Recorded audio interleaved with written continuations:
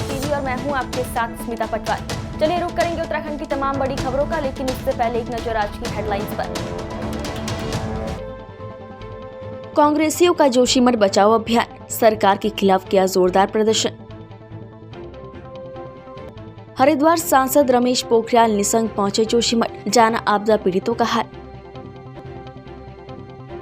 जोशीमठ में मुख्यमंत्री धामी का बड़ा ऐलान, जोशीमठ में भूतसाव से प्रभावितों को बाजार रेट पर दिया जाएगा मुआवजा। मौसम के करवट बदलते ही केदारनाथ धाम में जोरदार बर्फबारी हो रही है। पूरी केदारपुरी ने बर्फीली चादर ओढ़ ली है। इस साल की ये सबसे जबरदस्त बर्फबारी केदारनाथ धाम में हुई है। केदारनाथ मंदिर के साथ ही आसपास के सभी भवन, पैदल मार्ग और पूरी केदारपुरी में हर तरफ बर्फबारी दिख रही है।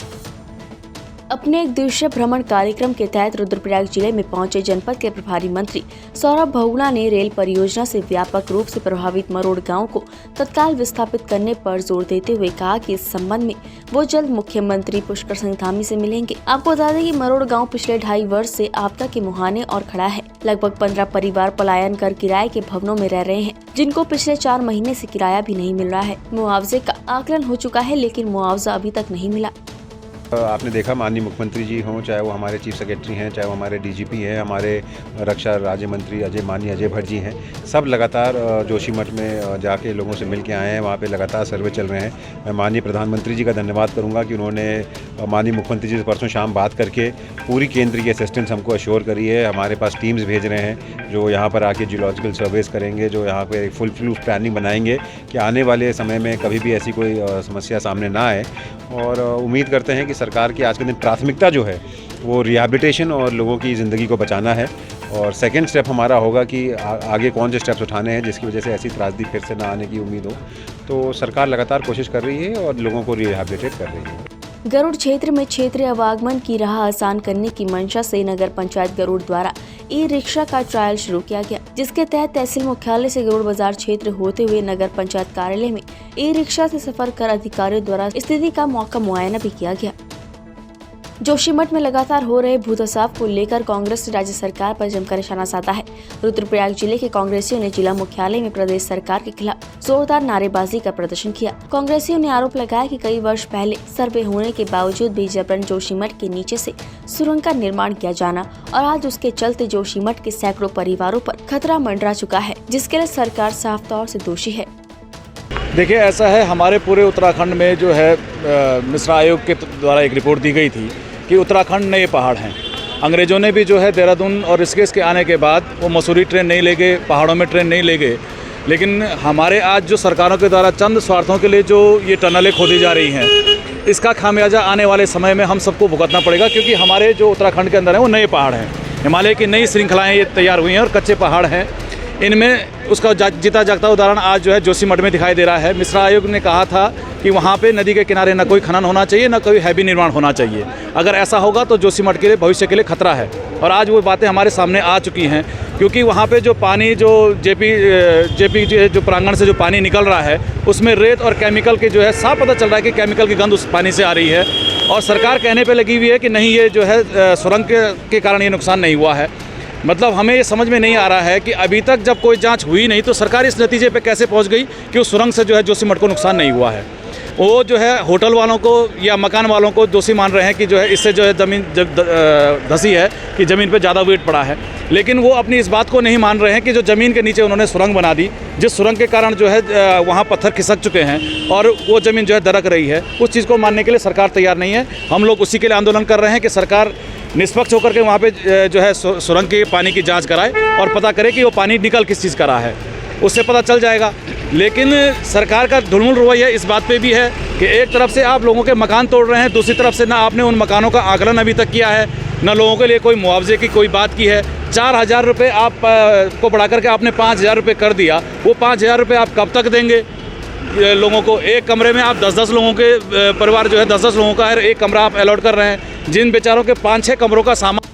विकास भवन सभागार बागेश्वर में जिला पंचायत अध्यक्ष की अध्यक्षता में सभी सदस्यों के अधिकारियों के साथ बैठक हुई, जिसमें कपकोट विधायक सुरेश गढ़िया भी मौजूद रहे।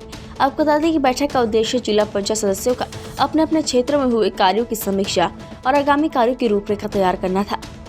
कमी में सुधार करना हर इंसान का काम होता है, क्योंकि जहाँ कमियाँ होती है उस कमियों को दूर करने का काम जनप्रतिनिधियों का है।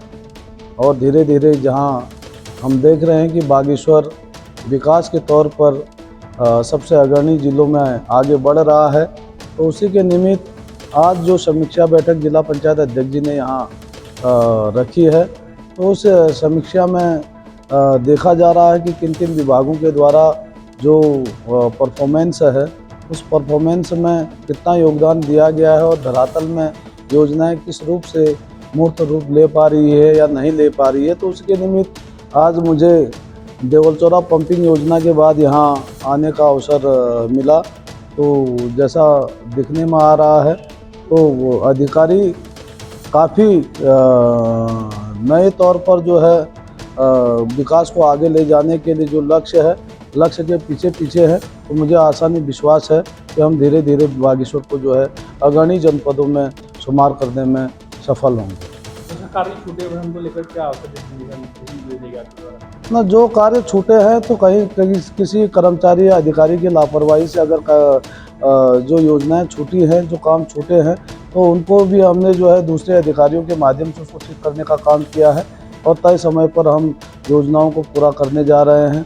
और जहां हमारा क्षेत्र एक तरीके से दैवीय आपदा वाला क्षेत्र है, वह एकदम हिमपात वाला क्षेत्र है, बरसात वाला क्षेत्र है, तो ऐसे क्षेत्रों पर हम त्वरित गति से काम करें और जो कार्यदायी संस्था के साथ साथ जो कॉन्ट्रैक्टर है उनको भी तय समय पर उनका पेमेंट हो और जो श्रमिक है उनको भी तय समय पर पैसा मिल सके, तो जिसके अनुरूप हम काम को तय समय पर पूरा करने में सफल हो सके। रामनगर में इंकलाबी नौजवान सभा के बैनर तले वन ग्रामों में रहने वाले सैकड़ों ग्रामीणों ने तहसील परिषद पहुंचकर सांकेतिक धरना देते हुए सरकार के खिलाफ नारेबाजी की और सरकार पर उपेक्षा करने का आरोप भी लगाया। प्रदर्शनकारी कैलाश पांडे ने बताया कि आजादी के बाद भी वन ग्रामों में रह रहे ग्रामीण आज भी मूलभूत सुविधाओं से वंचित हैं। उन्होंने कहा कि चुनावों के दौरान विभिन्न राजनीतिक दलों के लोग इन ग्रामीणों की समस्याओं को दूर करने की बात करते हैं, लेकिन चुनाव जीतने के बाद ये राजनीतिक पार्टी के लोग दूर दूर तक नजर नहीं आते। देखिए, जो वनग्राम है, पटरानी है, पुछड़ी है, तमाम वनग्राम है, उनकी जो समस्याएं हैं उनको लेकर के यहाँ प्रदर्शन हो रहा है। और इसमें यह है कि जंगली जानवरों से सुरक्षा, पटरानी में सोलर फेंसिंग का मामला है। पुछड़ी जो वनग्राम है उसमें हम देख रहे हैं कि रामनगर का पूरा कूड़ा उसको क्षेत्र बना दिया गया है। एनजीटी की जो सिफारिश हैं उसके मानकों का कोई पालन नहीं किया जा रहा है और कोसी नदी बार बार उसको काट रही है। और हम देख रहे हैं कि जोशीमठ आपदा जिस तरह से आई तो लग रहा है यहाँ भी कोई आपदा का इंतजार हो रहा है और पुछड़ी के जो तटबंध हैं वहाँ उसको बनाने का काम सरकार नहीं कर रही है। और इस पूरे इलाके में जो लगातार नशे का कारोबार है, अवैध नशे के उस चपेट में तमाम जो युवा है उसके खिलाफ और तमाम जो वनग्राम हैं, क्योंकि 75 साल आज़ादी के बाद भी हम देख रहे हैं कि वनगांवों में मूलभूत सुविधाएं नहीं हैं, तमाम दिक्कतों का लोगों को सामना करना पड़ रहा है। और ख़ास तौर पे जो कार्बेट के अंदर जो वनग्राम हैं उनमें बरसात के समय 4 महीने पूरा संपर्क कट जाता है। तमाम जो बूढ़े हैं, बुजुर्ग हैं, गर्भवती महिलाएं हैं, बच्चे हैं, उनके इलाज करना भी बड़ा मुश्किल हो जाता है। तो कम से कम एक संपर्क मार्ग का, पक्के मार्गों का निर्माण किया जाए और बच्चों को जो स्कूल जा रहे हैं वहाँ से दिलाने वाले हैं, तमाम बच्चे जो स्कूल इंटर कॉलेज में पढ़ते हैं, छोटे स्कूल में जाने वाले बच्चे हैं, उनके लिए जानवरों से पूर्ण सुरक्षा की गारंटी की जाए और तमाम इन इलाकों में जो गाँव हैं कार्बेट के अंदर उनमें सोलर फेंसिंग। कर्णप्रयाग के धनपुर रेंज के अंतर्गत एंट के जंगल पिछले 3 दिनों से धधक रहे हैं, जिससे कि कई हेक्टेयर वन संपदा जलकर राख हो गई। वहीं स्थानीय लोगों का कहना है कि 3 दिनों से एंट के जंगलों में लगातार आग लगी हुई है, लेकिन वन विभाग आग पर काबू नहीं पा रहा है, जबकि आग धीरे धीरे अन्य इलाकों की तरह बढ़ रही है। वहीं धनपुर रेंज के वन क्षेत्र अधिकारी पंकज ध्यानी का कहना है कि पहाड़ी क्षेत्र होने के कारण आग बुझाने में दिक्कत हो रही है, लेकिन वन विभाग के कर्मचारी अन्य जगह से आग बुझाने का प्रयास कर रहे हैं। जल्द आग पर काबू पा लिया जाएगा। स्वास्थ्य विभाग और स्थानीय प्रशासन की संयुक्त टीम ने रामनगर में मासूम गरीबों की जिंदगी के साथ खिलवाड़ कर रहे झोला छाप डॉक्टरों के खिलाफ अभियान चलाया। प्रशासन की इस कार्रवाई की भनक लगते ही कई झोला छाप डॉक्टर अपने क्लिनिकों को बंद कर भागते हुए दिखाई दिए। कुछ दिन पूर्व तहसील दिवस में मौजूद जिलाधिकारी धीरज सिंह गब्रियाल के सामने कुछ जनप्रतिनिधियों ने झोला छाप डॉक्टरों के खिलाफ कार्रवाई करने की मांग की थी, जिसको लेकर टीम द्वारा ये अभियान चलाया गया। हम लोगों को शिकायतें मिली थी कि काफ़ी ऐसे संस्थानें खुले हुए हैं जहाँ पे हेल्थ सर्विसेज दी जा रही हैं जो मानक अनुसार नहीं है। तो उसी पे आज हमने काफ़ी चिकित्सालयों में दौरा भी करा। कुछ अच्छे चिकित्सालय भी मिले थे जो हमारे सीए में रजिस्टर्ड थे, जैसे 2 डेंटल हॉस्पिटल भी थे उसमें से 2 हॉस्पिटल्स हमें और भी ऐसे मिले जो किसी पद्धति के अंतर्गत नहीं होते। जैसे पहले वाला था हमारा इलेक्ट्रो होम्योपैथिक मेडिसिन की सेवा का सर्टिफिकेट दिखा रहे थे, वो हमारे क्लिनिकल एस्टैब्लिशमेंट एक्ट के अंतर्गत कोई पद्धति के अंतर्गत निर्धारित नहीं है, तो हमने उनको सील कर दिया है, उनको बंद कर दिया है। उन्हें फिर भी हमने 1 हफ्ते का मौका दिया है क्योंकि उनकी दुकान थी, पर उसके अंदर भी हमें काफ़ी ऐसी दवाइयाँ मिली जो हमारी एलोपैथिक की होती हैं। यूज्ड इंजेक्शंस मिले, इंजेक्शंस भी लगा रहे हैं आप, और आप उसको कैसे डिस्पोज कर रहे हैं। बायोमेडिकल वेस्ट के अंतर्गत कोई भी आपका MOU भी नहीं है, तो इस पे हमने उन पे नोटिस भी दिया है और उनको चालान 10,000 का चालान भी दिया है। उन्हें 1 हफ्ते का समय दिया है मैंने कि वो अपने सारे जो भी अगर अवेलेबल सर्टिफिकेट्स उनके पास कोई पढ़ाई के होंगे वो दिखाएंगे। अगर उसमें से कोई मानक अनुसार अगर मुझे लगेगा तो मैं इस पर सोचूंगी, पर मुझे जब उन्होंने दिखाया, मुझे कोई भी हमारे क्लिनिकल एस्टैब्लिशमेंट एक्ट में, चाहे वो होम्योपैथिक हो, आयुर्वेदिक हो, एलोपैथिक हो या BDS हो, ऐसी कोई पद्धति नहीं मिली। और उनको 1 हफ्ते का समय दिया है और वो आके मेरे पास अपने सारे कागज़ दिखा के एक एफिडेविट देते हुए कि आने के वाले समय में ऐसी सर्विसेज, हेल्थ सर्विसेज नहीं देंगे। वो 1 हफ्ते बाद फिर मैं उनका वो जो चालान है वो जमा करेंगे, उसके बाद मैं उनको सारे कागज़ को देकर उनको पुनः फिर अनुमति खोलने की दे दूँगी, मतलब फिर वो चिकित्सा सेवाएँ नहीं देंगे। दूसरा एक चिकित्सालय जो हमने एक और हमने बंद करा, वो हालांकि हमारे क्लिनिकल एस्टैब्लिशमेंट एक्ट के अंतर्गत रजिस्टर्ड था, 22/3/2022 में रजिस्टर्ड था, यानी अभी भी उनके पास 2 महीने हैं रजिस्ट्रेशन के अंतर्गत थे वो। लेकिन जब हम रजिस्ट्रेशन देते हैं तो उन्हें जो क्वालिटी सर्विसेज है वो मानक अनुसार देनी होती है। लक्सर के सिड्डू गांव में लक्सर तहसील प्रशासन द्वारा चौपाल कार्यक्रम का आयोजन किया गया। इस कार्यक्रम में तहसील स्तर के सभी विभागीय अधिकारियों ने भाग लिया। कार्यक्रम में कृषि विभाग, पशुपालन विभाग, PWD विभाग जैसी कई शिकायतें छाई रही। कार्यक्रम में यहाँ पर कई विभागों से संबंधित समस्याएं, शिकायतें और सुझाव लोगों के द्वारा रखे गए और सभी को सुना गया। मुख्यतः यहाँ पर जो विकास विभाग से संबंधित है, इसमें लगभग 8 लोगों के वृद्धावस्था, विधवा और दिव्यांग पेंशन के फार्म भरे गए हैं। लगभग 15 लोग यहाँ पर पात्र थे जिनके फॉर्म नहीं भरे गए थे। इसके अतिरिक्त जिन लोगों को पेंशन मिली थी विधिवत, उनको पेंशन प्राप्त हो रही है। इसके अतिरिक्त यहाँ पर लगभग 3 सरकारी ट्यूबवेल हैं जो बंद हैं, उनको सही कराने के लिए सिंचाई विभाग को निर्देशित किया गया है। पेयजल से संबंधित भी 3 हैंडपम्प खराब हैं, वो नोट कर लिया गया है, संबंधित विभाग को निर्देशित किया जाएगा।